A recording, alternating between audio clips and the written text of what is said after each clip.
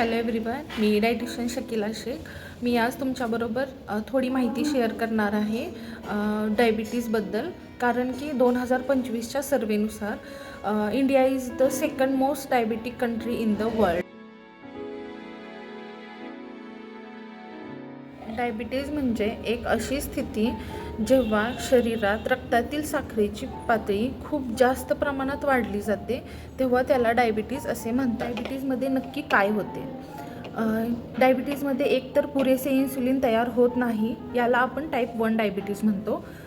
तसेच तयार झालेल्या इन्सुलिनला पेशी प्रतिसाद देत नाहीत, याला आपण डायबिटीज टाईप 2 म्हणतो, टाईप 2 डायबिटीज म्हणतो.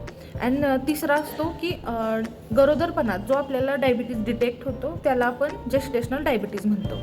हे असे डायबिटीजचे 3 मुख्य प्रकार आहेत. रक्तातील साखरेच्या पातळीवर नियंत्रण ठेवण्यासाठी योग्य आहार, नियमित व्यायाम आणि औषधे किंवा इन्सुलिन इंजेक्शनचा वापर केला जातो.